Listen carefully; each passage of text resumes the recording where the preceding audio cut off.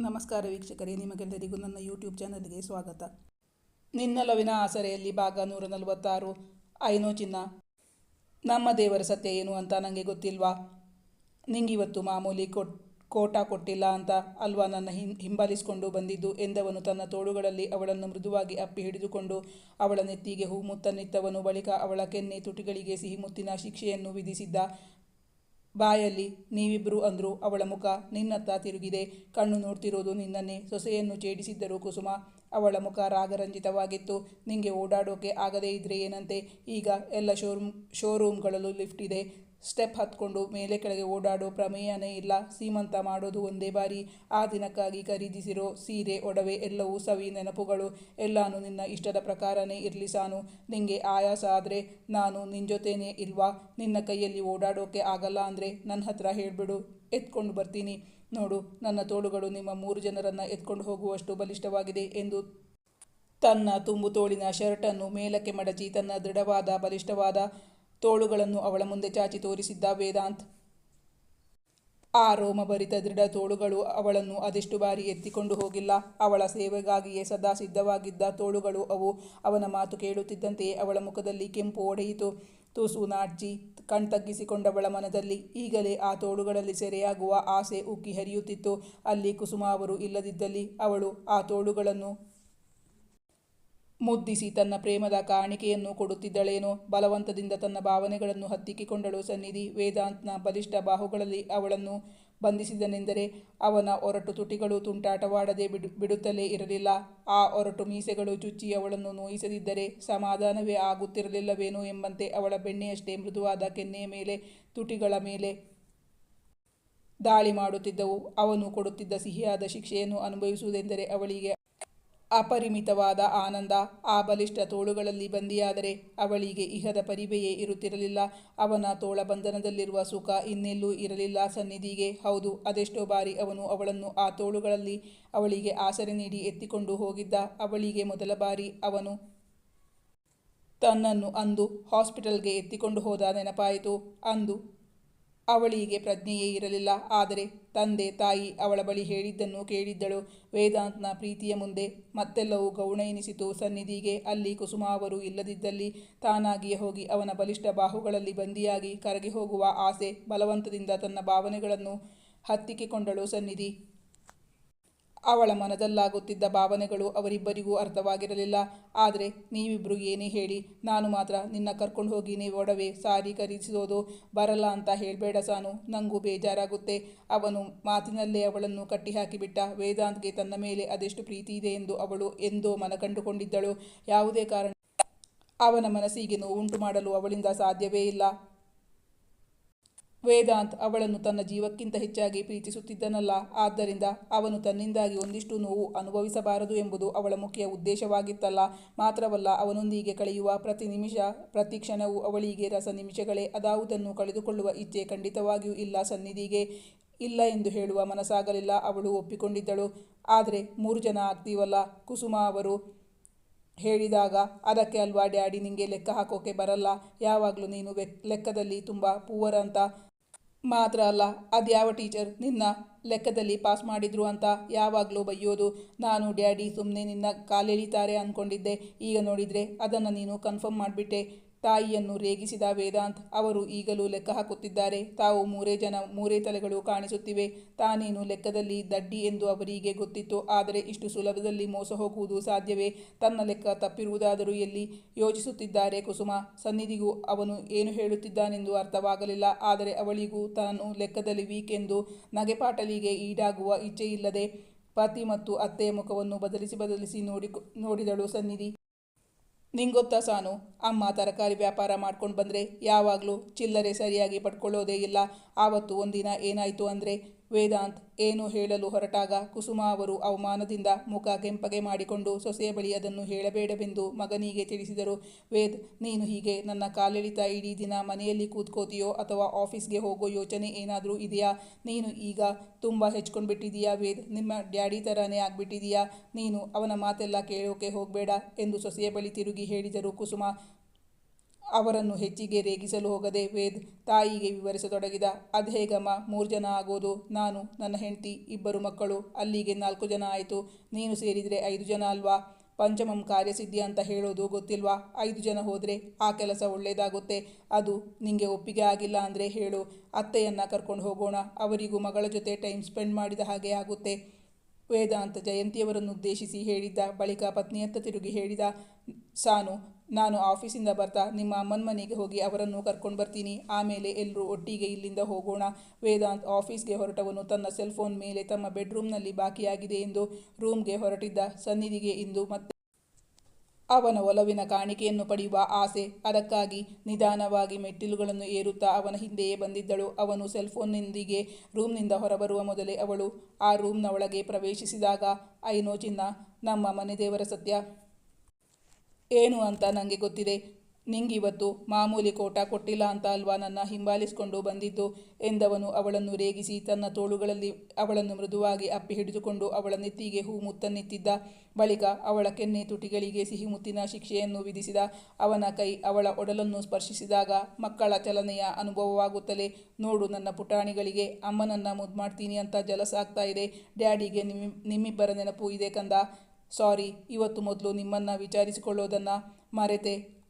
ಅವಳ ಒಡಲಿಗೆ ಮುತ್ತಿಟ್ಟು ಅವರಿಬ್ಬರನ್ನು ಸಮಾಧಾನಗೊಳಿಸಿದ್ದ ವೇದಾಂತ್. ಸನ್ನಿಧಿ ಅವನ ಬಲಿಷ್ಠ ತೋಳುಗಳನ್ನು ಮೃದುವಾಗಿ ನೇವರಿಸಿ ತನ್ನ ಪ್ರೀತಿಯ ಕಾಣಿಕೆಯನ್ನಿತ್ತು. ಆಗಿನ ತನ್ನ ಆಸೆಯನ್ನು ಈಗ ಪೂರೈಸಿಕೊಂಡಿದ್ದಳು. ವೇದಾಂತ್ ಅಂದು ಪತ್ನಿ ಮತ್ತು ತನ್ನ ಮಕ್ಕಳನ್ನು ಮುದ್ದಿಸಿ, ಇವತ್ತು ಮಧ್ಯಾಹ್ನ ಊಟಕ್ಕೆ ಬರಲ್ಲ, ಸಂಜೆ ಬೇಗ ಬರ್ತೀನಿ. ನಂಗೋಸ್ಕರ ಕಾಯಬೇಡಿ ಪುಟಾಣಿಗಳ. ನೀವಿವತ್ತು ಅಮ್ಮಂಗೆ ತೊಂದರೆ ಕೊಡದೇ ಇದ್ರೆ, ನಿಮ್ಮಮ್ಮ ಹೇಳ್ದಾಗೆ ಕೇಳ್ಕೊಂಡಿದ್ರೆ, ಸಂಜೆ ಹೊರಗೆ ಕರ್ಕೊಂಡು ಹೋಗಿದ್ದಾಗ ನಿಮ್ಮಿಬ್ಬರಿಗೂ ಇಷ್ಟವಾದ ಮ್ಯಾಂಗೋ ಐಸ್ ಕ್ರೀಮ್ ಕೊಡಿಸ್ತೀನಿ ಎಂದು ಅವಳ ಒಡಲಿಗೆ ಮುತ್ತಿಟ್ಟು, ಬಾಯ್ ಚಿನ್ನ ಎಂದು ಪತ್ನಿಯ ಬಳಿ ಹೇಳಿ ಆಫೀಸ್ಗೆ ಹೊರಟು ಹೋಗಿದ್ದ. ಹೌದು, ಈಗೀಗ ಅವಳಿಗೆ ಮ್ಯಾಂಗೋ ಐಸ್ ಕ್ರೀಮ್ ತಿನ್ನುವ ಆಸೆ. ಅದಕ್ಕಾಗಿ ಮಕ್ಕಳು ಅದನ್ನು ಇಷ್ಟಪಡುತ್ತಾರೆಂದು ಅವನು ಅಂದುಕೊಂಡಿದ್ದ. ಸನ್ನಿಧಿಗೆ ಸೀಮಂತಕ್ಕೆ ಉಡಲು ಹಸಿರು ಬಣ್ಣದ ಚಿನ್ನದ ಒಡಲು ಇದ್ದ ಭರ್ಜರಿಯಾಗಿರುವ ರೇಷ್ಮೆ ಸೀರೆಯನ್ನು ವೇದಾಂತ್ ಆರಿಸಿಕೊಂಡು ಬಂದಿದ್ದ. ಅದನ್ನು ಅವಳ ಮೈ ಮೇಲೆ ಹಾಕಿ ಕನ್ನಡಿಯ ಮುಂದೆ ನಿಂತು ತೋರಿಸಿದಾಗ ಅವಳ ಕಣ್ಣುಗಳು ಅರಳಿದವು. ಅವಳ ನಕ್ಷತ್ರದಂತೆ ಹೊಳೆಯುತ್ತಿದ್ದ ಅರಳಿದ ಕಣ್ಣುಗಳೇ ಅವನಿಗೆ ತನ್ನ ಒಪ್ಪಿಗೆಯ ಜೊತೆಗೆ ಕೃತಜ್ಞತೆಗಳನ್ನು ಅರ್ಪಿಸಿದ್ದವು. ಅವನು ಆರಿಸಿದ ಸಾರಿ ಅವಳಿಗೂ ತುಂಬ ಇಷ್ಟವಾಗಿತ್ತು. ಕುಸುಮ ಅವರು ಕೂಡ ಸೊಸೆಗಾಗಿ ಒಂದು ಹಸಿರು ಬಣ್ಣದ ಮೈಸೂರು ಸಿಲ್ಕ್ ಸೀರೆಯನ್ನು ಖರೀದಿಸಿಕೊಂಡಿದ್ದರು. ನಿನ್ನ ಗಂಡನ ಉಡುಗೊರೆನೇ ಬೇರೆ, ನನ್ನ ಉಡುಗೊರೆನೇ ಬೇರೆ. ನಿಂಗೆ ಹಸಿರು ತುಂಬ ಚೆನ್ನಾಗಿ ಒಪ್ಪುತ್ತೆ. ಈ ಸೀರೆ ನನಗೆ ತುಂಬ ಇಷ್ಟ ಆಯಿತು, ಅದಕ್ಕಾಗಿ ನಿನ್ನ ಮಡಿಲು ತುಂಬೋಕೆ ಅಂತ ತಗೊಂಡೆ. ಅವರು ಕಾರಣ ನೀಡಿದಾಗ ವೇದಾಂತ್ ಆ ಅಂಗಡಿಯಲ್ಲೇ ಜೋರಾಗಿ ನಗುತ್ತಾ ಹೇಳಿದ, ಅಮ್ಮ, ನೀನ್ಯಾಕೆ ಈ ಸಾರಿ ತಗೋತಾ ಇದ್ದೀಯಾ ಅಂತ ಯಾರಾದರೂ ಕೇಳಿದ್ರಾ? ಅಥವಾ ತಗೋಬೇಡ ಅಂತ ಹೇಳಿದ್ರಾ? ಇಲ್ಲ ತಾನೇ? ಮತ್ತ್ಯಾಕೆ ಕಾರಣ ವಿವರಿಸ್ತಾ ಇದ್ಯಾ? ಒಂದಲ್ಲ 10 ಸಾರಿ ಬೇಕಾದರೂ ತಗೋ. ನಿನ್ನ ಮಗ ಪರ್ಸ್ ಮರೆತು ಬಂದಿಲ್ಲ. ಮಾತ್ರ ಅಲ್ಲ, 2 ATM ಕಾರ್ಡುಗಳನ್ನು ತಗೊಂಡು ಬಂದಿದ್ದೀನಿ. ಅತ್ತೆ ಸೊಸೆ ಸೇರಿ ಎಷ್ಟು ಸಾರಿ ಪರ್ಚೇಸ್ ಮಾಡ್ತೀರಿ ಅಂತ ನಾನು ನೋಡ್ತೀನಿ ಎಂದು ಹೇಳಿದಾಗ, ಯಾಕೋ ಹಾಗೆ ನನ್ನ ರೇಗಿಸ್ತೀಯಾ? ಯಾಕೆ, ನಾನು ಯಾವಾಗಾದರೂ ನನ್ನ ಮಗನ ಕೈಯಲ್ಲಿ ದುಡ್ಡಿಲ್ಲ ಅಂತ ಹೇಳಿದ್ನಾ? ಇಲ್ಲ ತಾನೇ? ಇನ್ನು ಒಡವೆನೂ ತಗೋಬೇಕಲ್ಲ, ಅದಕ್ಕಾಗಿ ಹೇಳಿದ್ದು. ಮನೆಯಿಂದ ಹೊರಡುವಾಗ ಹೇಳೋದು ಮರೆತಿದ್ದೆ. ನಿಮ್ಮ ಸೆಲೆಕ್ಷನ್ ತುಂಬ ಚೆನ್ನಾಗಿದೆ ಅತ್ತಿಗೆ, ಇದೇ ಇರಲಿ ಹೇಳಿದರು ಜಯಂತಿ. ಅವರ ಧ್ವನಿಯಲ್ಲಿ ಮೆಚ್ಚುಗೆ ಇತ್ತು. ಇಬ್ಬರು ತಾಯಂದಿರ ಜೊತೆ ದಂಪತಿಗಳು ಸಾರಿ ಖರೀದಿಸಿದ ಬಳಿಕ ಜ್ಯುವೆಲರಿ ಶಾಪ್ಗೆ ಹೋಗಿದ್ದರು. ಹಸಿರು ಕಲ್ಲುಗಳಿದ್ದ ಕಿವಿಯ ಓಲೆ ಮತ್ತು ಅದೇ ಬಣ್ಣದ ಕಲ್ಲುಗಳಿದ್ದ ಅದಕ್ಕೆ ಅಟ್ಯಾಚ್ ಆಗಿದ್ದ ಪುಟ್ಟ ಹ್ಯಾಂಗಿಂಗ್ ವೇದಾಂತ್ಗೆ ತುಂಬ ಇಷ್ಟವಾಗಿತ್ತು. ವೇದಾಂತ್ ಅದನ್ನು ತಾನೇ ತನ್ನ ಕೈಯಾರ ಅವಳ ಕಿವಿಗೆ ತೊಡಿಸಿ ಆ ಆಭರಣದಿಂದಾಗಿ ಇನ್ನೂ ವರ್ಧಿಸಿದ ಅವಳ ಸೌಂದರ್ಯವನ್ನು ಕನ್ನಡಿಯಲ್ಲಿ ತೋರಿಸಿ ಅವಳ ಮುಖದಲ್ಲಿ ಅರಳಿದ ಸಂತೋಷವನ್ನು ತನ್ನ ಕಣ್ಣಿನ ಕ್ಯಾಮರಾದಲ್ಲಿ ಸೆರೆ ಹಿಡಿಯುತ್ತಾ ಸಂತೃಪ್ತಿಗೊಂಡವನು. ಅಲ್ಲಿದ್ದ ಸೇಲ್ಸ್ ಗರ್ಲ್ಗೆ ಇದನ್ನು ತೆಗೆದಿರಿಸಿ ಇದಕ್ಕೆ ಮ್ಯಾಚಿಂಗ್ ಆಗುವಂತಹ ಬ್ಯಾಂಗಲ್ ತೋರಿಸಿ ಎಂದಾಗ, ಓಕೆ ಸರ್ ಎಂದು ಅವಳು ಅಲ್ಲಿಂದ ಬಳೆಗಳನ್ನು ತರಲು ಹೊರಟಿದ್ದಳು. ಅಂದು ಭರ್ಜರಿ ಶಾಪಿಂಗ್ ಮಾಡಿದ್ದರು. ಹಸಿರು ಬಣ್ಣದ 2 ಸಾರಿಗಳು, ಅದಕ್ಕೆ ಒಪ್ಪುವಂತಹ ಒಂದು ಜೊತೆ ಹಸಿರು ಕಲ್ಲುಗಳಿದ್ದ ಬಳೆ, ಅದಕ್ಕೊಪ್ಪುವ ಕಿವಿಯ ಆಭರಣ ಮತ್ತು ಪುಟ್ಟ ನೆಕ್ಲೆಸ್ ಒಂದನ್ನು ಖರೀದಿಸಿಕೊಟ್ಟಿದ್ದ ವೇದಾಂತ್. ಹಸಿರು ಸಮೃದ್ಧಿಯ ದ್ಯೋತಕ. 2 ಮಕ್ಕಳು ಬರ್ತಾರೆ ಅಂದರೆ ನಮ್ಮ ಮನೆ ಸಮೃದ್ಧಿ ಆದ ಹಾಗೇನೆ. ಒಂದಾದರೂ ನಿಮ್ಮ ಡ್ಯಾಡಿ ಆಸೆ. ಹಾಗೆ ಹೆಣ್ಮಗು ಆಗಿದ್ರೆ ಒಳ್ಳೆಯದಿತ್ತು. ಈಗ ಕುಸುಮ ಅವರಿಗೆ ಹೆಣ್ಣು ಮಗುವಿನ ಆಸೆಯಾಯಿತು. ತಾಯಿಯ ಮಾತು ಕೇಳಿ ವೇದಾಂತ್ಗೆ ನಗು ತಡೆಯಲಾಗುತ್ತಿರಲಿಲ್ಲ. ಸನ್ನಿಧಿಯ ಮುಖದಲ್ಲೂ ನಗು ಅರಳಿತು. ಈಗ ಒಡಲಭಾರ ಹೊತ್ತು ಓಡಾಡಲು ಕಷ್ಟವಾಗುತ್ತಿತ್ತು. ಸ್ವಲ್ಪ ಓಡಾಡಿದವಳು ಎದುಸಿರು ಬಿಡುತ್ತಾ ಉಸ್ಸಪ್ಪ ಎಂದು ಅಲ್ಲೇ ಕೂರುತ್ತಿದ್ದಳು. ಶಾಪಿಂಗ್ ಮಾಡಿ ಬಂದು ಅವಳು ತುಂಬ ಸುಸ್ತಾಗಿದ್ದಳು. ನೋಡುತ್ತಿದ್ದಂತೆಯೇ ಅವಳ ಸೀಮಂತದ ದಿನವೂ ಓಡೋಡಿ ಬಂದು ಬಿಟ್ಟಿತ್ತು. ಅಂದು ಹಸಿರು ಬಣ್ಣದ ಸಾರಿ ಉಟ್ಟಿದ್ದಳು ಸನ್ನಿಧಿ. ಮೊದಲೇ ಹಸಿರು ಬಣ್ಣದ ಸಾರಿಯಲ್ಲಿ ತುಂಬ ಚೆನ್ನಾಗಿ ಕಾಣುತ್ತಿದ್ದ ಸನ್ನಿಧಿ ಇಂದು ದೇವಲೋಕದಿಂದ ಧರೆಗಿಳಿದು ಬಂದ ದೇವತೆಯಂತೆ ಕಾಣುತ್ತಿದ್ದಳು. ವೇದಾಂತ್ ತಾನೇ ಮುತುವರ್ಜಿಯಿಂದ ಅವಳ ಬೇಕುಬೇಡುಗಳನ್ನು ನೋಡಿಕೊಳ್ಳುತ್ತಿದ್ದ. ಅವಳಿಗೆ ಆಭರಣ ತೊಡಿಸುವ ಕೆಲಸವನ್ನು ತಾನೇ ಮಾಡಿದ್ದ. ಅವಳ ಹಾಲ್ವೆಳುಪು ಮೈ ಬಣ್ಣದ ಮುಖಕ್ಕೆ ಯಾವ ಕೃತಕ ಸಾಧನಗಳನ್ನು ಬಳಸುವ ಅವಶ್ಯಕತೆಯೇ ಇರಲಿಲ್ಲ. ಮೊದಲೇ ಸುಂದರಿಯಾಗಿದ್ದ ಅವಳು ಅಂದಿನ ಅವಳ ಸರಳವಾದ ಅಲಂಕಾರದಲ್ಲಿ ತಾಯ್ತನದ ಅಪೂರ್ವ ಕಳೆಯನ್ನು ಹೊತ್ತು ಈಗ ಮತ್ತೂ ಚೆಲುವೆಯಾಗಿ ಕಾಣಿಸುತ್ತಿದ್ದಳು. ನೋಡುಗರ ಕಣ್ಣುಗಳಿಗೆ ಹಬ್ಬದಂತಿದ್ದಳು. ಅಂದು ವೇದಾಂತ್ ಕೊಡಿಸಿದ ಆಭರಣದಲ್ಲಿ ಕಣ್ಣು ಕುಕ್ಕುವಂತಾಗಿದ್ದಳು. ಇಂದು ವೇದಾಂತ್ನ ಕಣ್ಣುಗಳು ಎಡೆಬಿಡದೆ ಅವಳನ್ನೇ ಹಿಂಬಾಲಿಸುತ್ತಿದ್ದವು. ಅವನ ಮೆಚ್ಚುಗೆ ತುಂಬಿದ ಒಲವಿನ ನೋಟವನ್ನು ಕಂಡು ಸನ್ನಿಧಿಯ ಕದಪುಗಳು ರಾಗರಂಜಿತವಾಗಿತ್ತು. ಮನೆಗೆ ಬಂದವರೆಲ್ಲ ಅವಳನ್ನು ನೋಡಲು ಎರಡು ಕಣ್ಣುಗಳು ಸಾಲದು ಎಂಬಂತೆ ಅವಳನ್ನೇ ನೋಡುತ್ತಿದ್ದರೆ ತಮ್ಮ ಸೊಸೆಗೆಲ್ಲಿ ದೃಷ್ಟಿಯಾಗುತ್ತದೋ ಎಂದು ಆತಂಕಪಡುತ್ತಿದ್ದರು ಕುಸುಮ. ತಮ್ಮ ಕಣ್ಣಿನಲ್ಲಿದ್ದ ಕಾಡಿಗೆಯನ್ನು ತೆಗೆದು ಅವಳ ಗಲ್ಲಕ್ಕೆ ಪುಟ್ಟದೊಂದು ದೃಷ್ಟಿಯ ಬೊಟ್ಟನ್ನಿಟ್ಟಿದ್ದರು. ಆದರೂ ಅವರ ಆತಂಕವೇನೂ ಕಡಿಮೆಯಾಗಿರಲಿಲ್ಲ. ತಮ್ಮ ಮುದ್ದಿನ ಸೊಸೆಗೆ ಕೆಟ್ಟ ದೃಷ್ಟಿ ಬೀಳದಿರಲಿ ಎಂದು ದೇವರ ಬಳಿ ಅದೆಷ್ಟು ಬಾರಿ ಪ್ರಾರ್ಥಿಸಿದ್ದರೋ. ಬಳಿಕ ಮನಸ್ಸು ತಡೆಯದೆ, ಅತ್ತಿಗೆ, ಇವತ್ತು ಪ್ರೋಗ್ರಾಮ್ ಆದಮೇಲೆ ನೀವು ಮಗಳ ದೃಷ್ಟಿ ತೆಗೆದುಬಿಡಿ. ನನ್ನ ಕಣ್ಣೆ ಅವಳಿಗೆ ದೃಷ್ಟಿಯಾಗುತ್ತೇನೋ ಅಷ್ಟು ಹೆದರಿಕೆ ಆಗ್ತಾ ಇದೆ ನನಗೆ. ಏನು ತೊಂದರೆ ಆಗದೆ ಆರಾಮವಾಗಿ ಮೈ ಕಳೆದುಕೊಂಡು ಬಿಟ್ಟರೆ ಸಾಕು. ನಾನು ದೇವರಿಗೆ ಹರಕೆ ಹೊತ್ತು ಬಿಟ್ಟಿದ್ದೀನಿ. ತಮ್ಮ ಆತಂಕವನ್ನು ಜಯಂತಿಯವರ ಬಳಿ ತೋಡಿಕೊಂಡಿದ್ದರು ಕುಸುಮ. ಹೌದು, ನನಗೂ ಹಾಗೆ ಅನಿಸುತ್ತೆ ಅತ್ತಿಗೆ ಎಂದರು ಜಯಂತಿ. ದಿನದಿಂದ ದಿನಕ್ಕೆ ಸನ್ನಿಧಿಯ ಸೌಂದರ್ಯ ಅಧಿಕವಾಗುತ್ತಿತ್ತು. ಇತ್ತೀಚಿನ ದಿನಗಳಲ್ಲಿ ಮನೆಗೆ ಯಾರಾದರೂ ಬಂದರೆ ನೀನು ಹೊರಗೆ ಬರಬೇಡ. ಯಾವಾಗಲೂ ಸಮಯ ಒಂದು ಹೊತ್ತು ಇದ್ದ ಹಾಗೆ ಇನ್ನೊಂದು ಹೊತ್ತು ಇರಲ್ಲ. ಈಗಾಗಲೇ ನೀನು ಸಾಕಷ್ಟು ನೋವು ಅನುಭವಿಸಿದ್ದೀಯಾ. ಕೆಟ್ಟ ದೃಷ್ಟಿ ನಿನ್ನ ಮೇಲೆ ಬೀಳೋದು ಬೇಡ ಎಂದು ಹೇಳುತ್ತಿದ್ದರು ಕುಸುಮ. ಆದಷ್ಟು ಕೆಟ್ಟ ದೃಷ್ಟಿಯಿಂದ ಅವಳನ್ನು ಕಾಪಾಡಲು ಪ್ರಯತ್ನ ಪಡುತ್ತಿದ್ದರು. ಅದು ಅವರಿಗೆ ಅವಳ ಮೇಲಿದ್ದ ಅಕ್ಕರೆ ಮತ್ತು ಪ್ರೀತಿ. ಸೊಸೆಯ ಮೇಲಿನ ಪ್ರೀತಿಯಿಂದಷ್ಟೇ ಅವರು ಹಾಗೆ ಹೇಳುತ್ತಿದ್ದುದು. ಸನ್ನಿಧಿಯು ಅವರ ಪ್ರೀತಿಯನ್ನು ಅರ್ಥ ಮಾಡಿಕೊಂಡು ಅವರು ಹೇಳಿದಂತೆ ಕೇಳುತ್ತಿದ್ದಳು. ಇಂದು ಅವಳದೇ ಫಂಕ್ಷನ್ ಆದ್ದರಿಂದ ಅವಳನ್ನು ರೂಮಿನಲ್ಲಿ ಬಚ್ಚಿಡಲು ಸಾಧ್ಯವಿರಲಿಲ್ಲ. ಅಂದು ವಿಡಿಯೋಗ್ರಾಫರ್ ಅವರಿಬ್ಬರ ಅದೆಷ್ಟೋ ಮುದ್ದಾದ ಸುಮಧುರ ಸುಂದರ ಫೋಟೋಗಳನ್ನು ತನ್ನ ಕ್ಯಾಮರಾ ಕಣ್ಣಿನಲ್ಲಿ ಸೆರೆ ಹಿಡಿದಿದ್ದ. ತವರು ಮನೆ ಮತ್ತು ಗಂಡನ ಮನೆಯವರು ಸೇರಿಕೊಂಡು ಅತ್ಯಂತ ವಿಜೃಂಭಣೆಯಿಂದಲೇ ಬಂಧು ಮಿತ್ರರೊಡಗೂಡಿ ಅವಳ ಸೀಮಂತದ ಶಾಸ್ತ್ರವನ್ನು ನೆರವೇರಿಸಿದ್ದರು. ಊಟದ ವೇಳೆಯಾಗುತ್ತಲೇ ಸನ್ನಿಧಿ ತುಂಬ ಸುಸ್ತಾಗಿ ಬಿಟ್ಟಿದ್ದಳು. ವೇದಾಂತ್ ತುಂಬ ಕಾಳಜಿಯಿಂದ ಅವಳನ್ನು ಬೆಡ್ರೂಮ್ಗೆ ಕರೆತಂದು ಮಲಗಿಸಿದ್ದ. ಅಂದು ರಾತ್ರಿ ವಿಪರೀತ ಕಾಲು ಸಿಡಿಯುತ್ತಿದೆ ಎಂದು ಅಳುತ್ತಾ ಮಲಗಿದ್ದಳು ಸನ್ನಿಧಿ. ಹಾಗಾದರೆ ಕುಸುಮ ಅವರು ಅಂದುಕೊಂಡಂತೆ ಯಾರದಾದರೂ ಕೆಟ್ಟ ದೃಷ್ಟಿ ಅವಳ ಮೇಲೆ ಬಿದ್ದುಬಿಟ್ಟಿದೆ. ವೀಕ್ಷಕರೇ, ನಿಮ್ಮಲ್ಲಿ ಕೆಲವು ಜನರು ನಾನು ಪ್ರತಿಲಿಪಿಯಲ್ಲಿ ಹಾಕುವ ಕಥೆಗಳನ್ನು ಹೇಗೆ ಓದೋದು ಅಂತ ಕೇಳ್ತಾ ಇದ್ದೀರಾ. ಮೊದಲು ನೀವು ಪ್ರತಿಲಿಪಿ ಆ್ಯಪನ್ನು ನಿಮ್ಮ ಸೆಲ್ಫೋನಲ್ಲಿ ಅಥವಾ ನಿಮ್ಮ ಡಿವೈಸಲ್ಲಿ ಡೌನ್ಲೋಡ್ ಮಾಡ್ಕೋಬೇಕು. ಬಳಿಕ ನಾನು ಕೊಡೋ ಲಿಂಕನ್ನು ಕ್ಲಿಕ್ ಮಾಡಿದರೆ ನನ್ನ ಕಥೆಗಳನ್ನು ಓದಬಹುದು.